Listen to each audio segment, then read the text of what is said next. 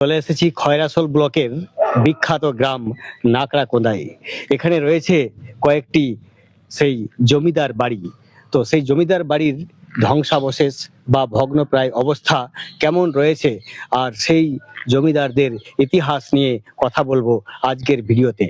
দেখছেন সেই জমিদার বাড়ি, তার সামনে এখন দাঁড়িয়ে দেখছেন তার সিংহদ্বার। সেই সিংহদ্বার দিয়ে প্রবেশ করব সেই জমিদার বাড়িতে, এবং সেই জমিদার বাড়ির ডান দিকে দেখছেন দুটি প্রাচীন শিব মন্দির।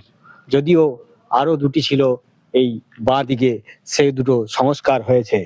তো এখানে মাঝখানে রয়েছে একটি নবনির্মিত মন্দির, এবং দুপাশে রয়েছে দুটি করে শিব মন্দির। দুটি সংস্কার হয়েছে এবং দুটি এখনো সংস্কার হয়নি। তো চলুন দেখাই এবার সেই জমিদার বাড়ির ভেতরটা, এবং ঘুরতে ঘুরতে জানাবো এই জমিদার বাড়ির ইতিহাস। যে জমিদার বাড়িটি দেখাচ্ছিলাম পিছন দিক থেকে, সেই জমিদার বাড়ির এটা হচ্ছে সামনের দিক। দেখছেন সেই ধ্বংস প্রায় অবস্থায় দাঁড়িয়ে রয়েছে, বহু স্মৃতিকে সাক্ষী করে। ভেতরে ঢুকছি না, অন্ধকার, ঘুটঘুটে অন্ধকার রয়েছে। স্থানীয় মানুষজনকে পেলে হয়তো এর বিবরণটা সাক্ষাৎ নিতে পারতাম।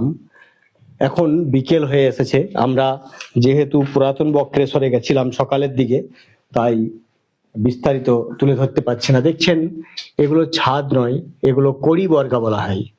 তো আনুমানিক 300 বছরের পুরনো এই জমিদার বাড়ি। বর্তমানে গরু বাঁধার কাজেও ব্যবহার হয় কিছুটা অংশ, তার চিহ্ন আমরা দেখতে পাচ্ছি।